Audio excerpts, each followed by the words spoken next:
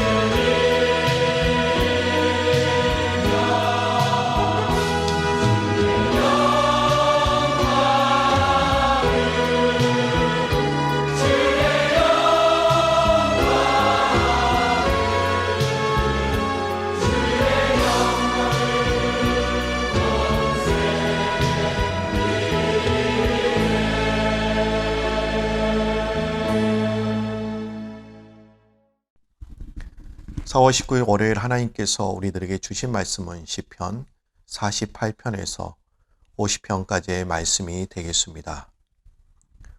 제48편 고라 자손의 시 곧 노래.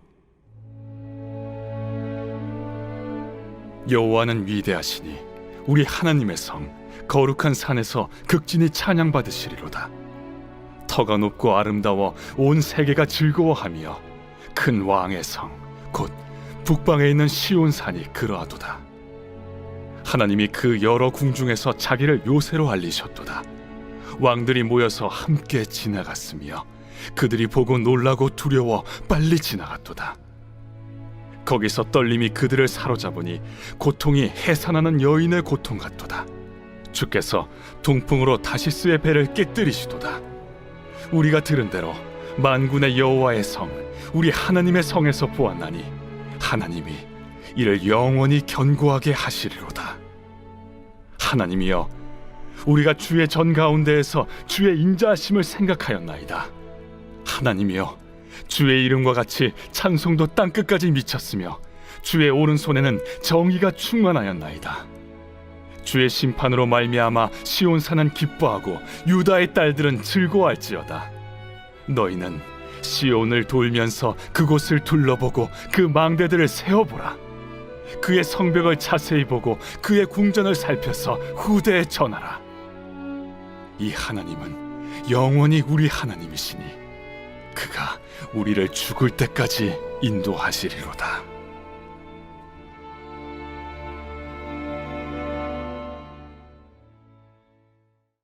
제49편 고라 자손의 시 인도자를 따라 부르는 노래. 뭇 백성들아, 이를 들으라. 세상의 거민들아, 모두 귀를 기울이라. 귀천 빈부를 막론하고 다 들을지어다. 내 입은 지혜를 말하겠고 내 마음은 명철을 작은 소리로 읊조리리로다. 내가 비유에 내 귀를 기울이고 수금으로 나의 오묘한 말을 풀리로다. 죄악이 나를 따라다니며 나를 애워싸는 환난의 날을 내가 어찌 두려워하랴. 자기의 재물을 의지하고 부유함을 자랑하는 자는 아무도 자기의 형제를 구원하지 못하며 그를 위한 속전을 하나님께 바치지도 못할 것은 그들의 생명을 속량하는 값이 너무 엄청나서 영원히 마련하지 못할 것임이니라. 그가 영원히 살아서 죽음을 보지 않을 것인가. 그러나 그는 지혜 있는 자도 죽고 어리석고 무지한 자도 함께 망하며 그들의 재물은 남에게 남겨두고 떠나는 것을 보게 되리로다. 그러나 그들의 속생각에 그들의 집은 영원히 있고 그들의 거처는 대대에 이르리라 하여 그들의 토지를 자기 이름으로 부르도다. 사람은 존귀하나 장구하지 못하며 멸망하는 짐승 같도다. 이것이 바로 어리석은 자들의 길이며 그들의 말을 기뻐하는 자들의 종말이로다. 그들은 양같이 스올에 두기로 작정되었으니 사망이 그들의 목자일 것이라. 정직한 자들이 아침에 그들을 다스리리니 그들의 아름다움은 소멸하고 스올이 그들의 거처가 되리라. 그러나 하나님은 나를 영접하시리니 이러므로 내 영혼을 스올의 권세에서 건져내시리로다. 사람이 치부하여 그의 집에 영광이 더할 때 너는 두려워하지 말지어다. 그가 죽음에 가져가는 것이 없고 그의 영광이 그를 따라 내려가지 못함이로다. 그가 비록 생시에 자기를 축하하며 스스로 좋게함으로 사람들에게 칭찬을 받을지라도 그들은 그들의 역대 조상들에게로 돌아가리니 영원히 빛을 보지 못하리로다. 존귀하나 깨닫지 못하는 사람은 멸망하는 짐승 같도다.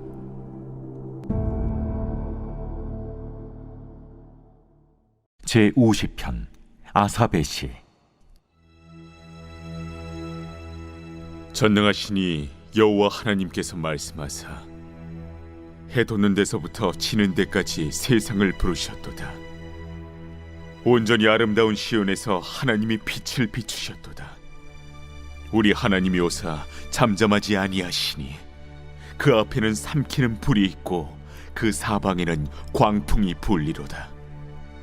하나님이 자기의 백성을 판결하시려고 위 하늘과 아래 땅에 선포하여 이르시되 나의 성도들을 내 앞에 모으라. 그들은 제사로 나와 언약한 이들이니라 하시도다. 하늘이 그의 공의를 선포하리니 하나님 그는 심판장이시미로다. 내 백성아 들을지어다. 내가 말하리라. 이스라엘아 내가 내게 증언하리라. 나는 하나님 곧 내 하나님이로다. 나는 내 재물 때문에 너를 책망하지는 아니하리니 내 번제가 항상 내 앞에 있음이로다.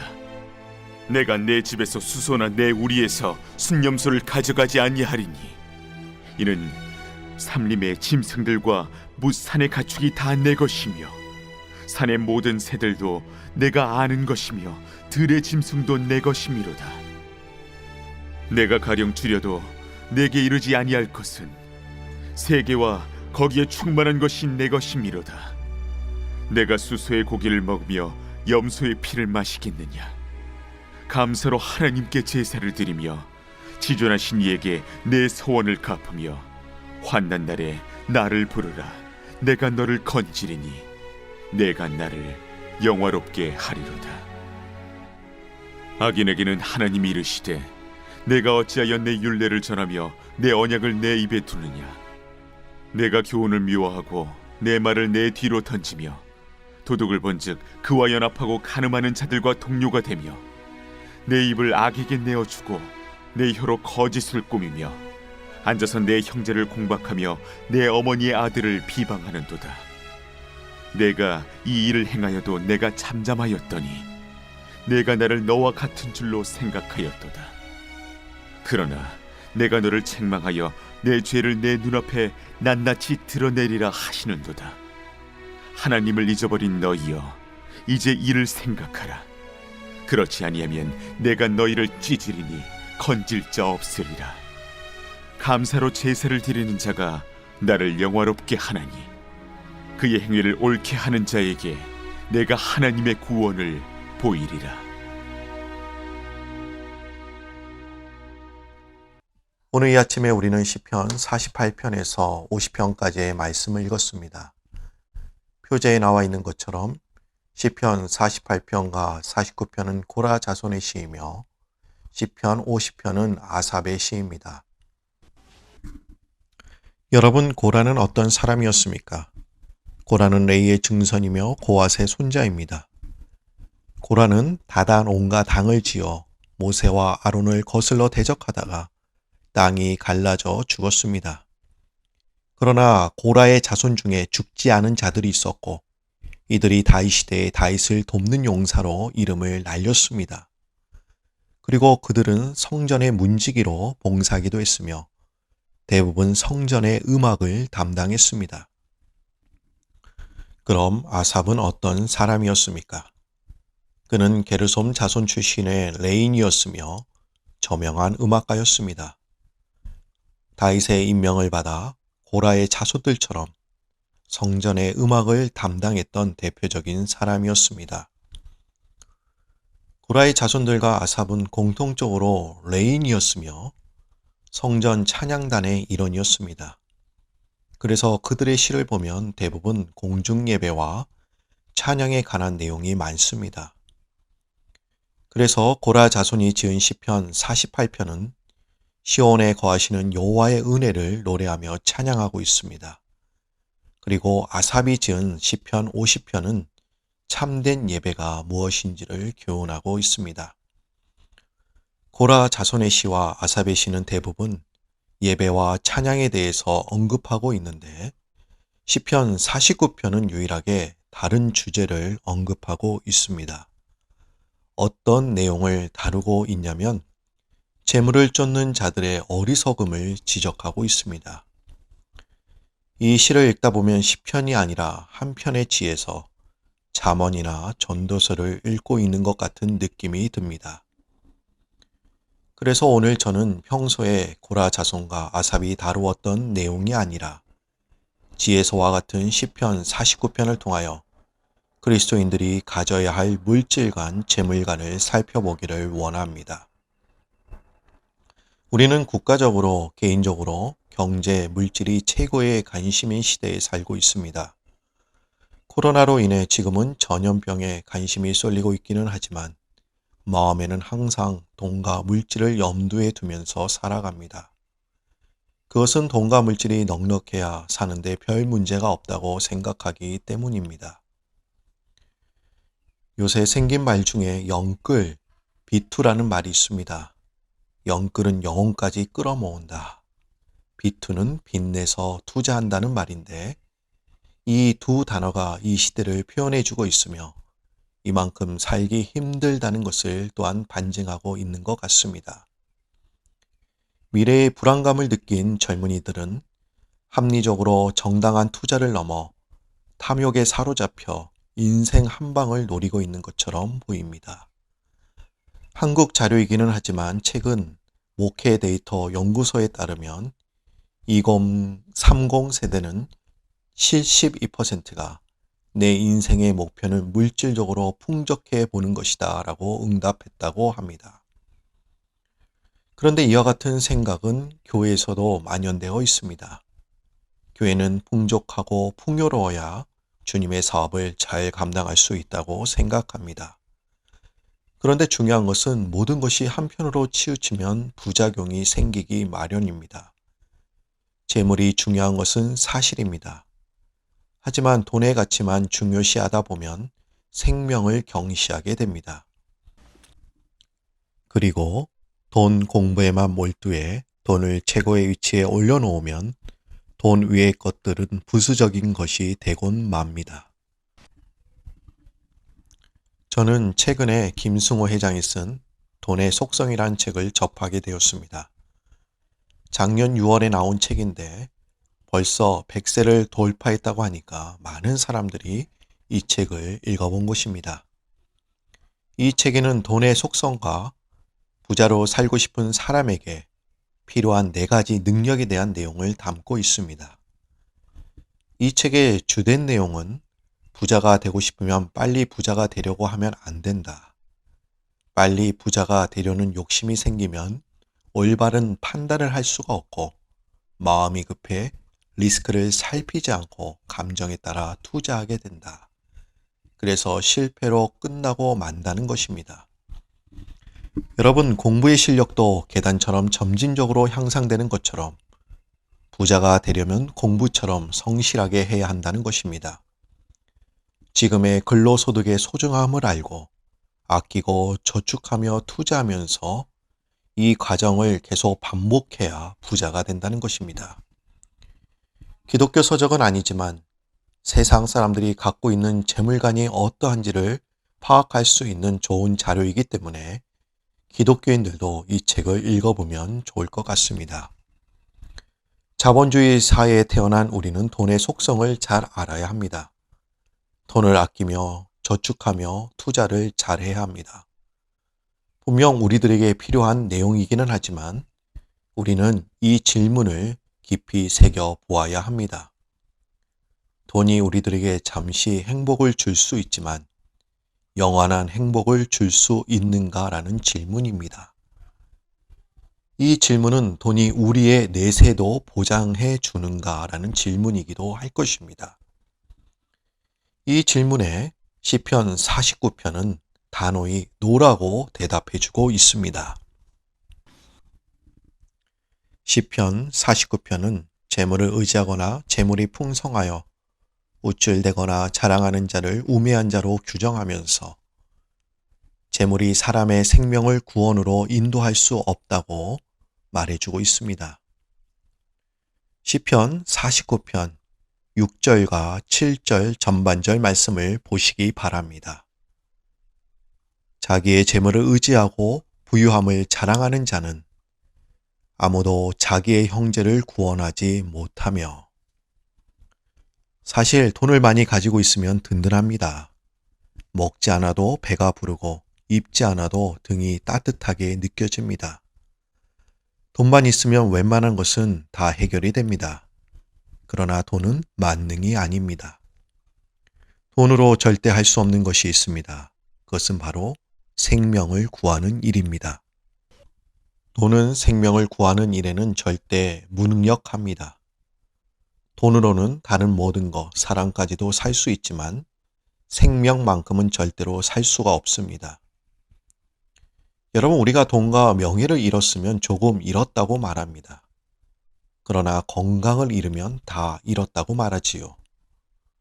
돈과 명예는 목숨이 붙어 있을 때 의미가 있는 것이지, 목숨이 잃었을 때 돈과 명예는 아무런 쓸모가 없습니다. 예수님께서는 누가복음 12장 15절에 이렇게 말씀하셨습니다. 사람의 생명이 그 소유에 넉넉한 데 있지 아니하리라. 표준 세번역을 보시면 더 쉽게 이해하실 수가 있습니다. 재산이 차고 넘치더라도 사람의 생명은 거기에 달려있지 않다. 재물은 절대로 사람을 구원할 수 없다고 예수님도 말씀하셨습니다. 그리고 돈에 대한 욕심, 탐욕은 우리가 구원으로 가는 길을 막아 버리기까지 합니다. 탐욕이 강한 사람은 절대로 믿음이 자라나지 않습니다. 아무리 오랫동안 신앙생활을 했더라도, 중직을 맡았다 하더라도 돈에 대한 욕심으로 자유하지 못한 사람은 절대로 믿음이 자라나지 않습니다. 주일학교 다닐 시절에 우리는 이런 찬양을 불렀습니다. 여러분들도 잘 아시는 찬양입니다. 돈으로 얻어 못 가요 하나님 나라, 힘으로 얻어 못 가요 하나님 나라, 거듭나면 가는 나라 하나님 나라, 믿음으로 가는 나라 하나님 나라. 여러분, 그렇습니다. 믿음으로만 구원을 얻을 수가 있습니다. 우리가 하나님을 의지하느냐 돈을 의지하느냐 하는 것은 하나님 나라에 들어갈 수 있느냐 없느냐가 걸려있는 중대한 문제이기도 합니다. 시편 49편의 시인은 결론적으로 재물을 의지하고 풍부함으로 자긍하는 자, 오직 재물에만 모든 관심을 두고 사는 자를 짐승과 별반 다르지 않다고 말씀하고 있습니다. 시편 49편 12절과 20절 말씀을 보시기 바랍니다. 사람은 존귀하나 장구하지 못하며 멸망하는 짐승 같도다.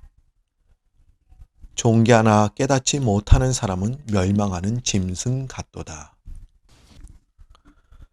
보통 사람을 가리켜 만물의 영장이라고 부릅니다. 이는 사람은 동물과 다르다는 사실을 가리킵니다. 하지만 생물학적으로 보면 인간은 짐승보다 탁월한 점이 없습니다. 인간이나 짐승이나 모두 흙으로 와서 흙으로 돌아가는 동일한 존재입니다.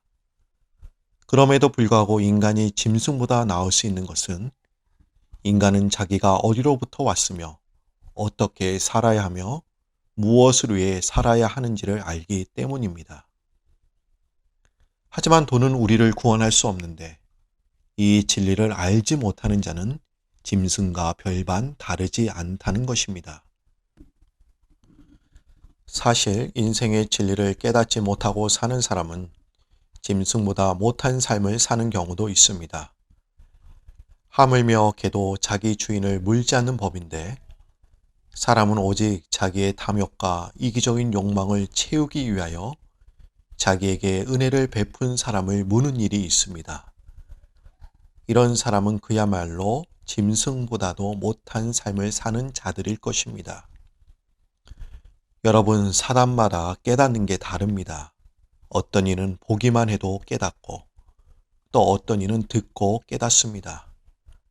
하지만 어떤 이는 매를 맞고 무엇을 잃어버리고 나서야 깨닫습니다.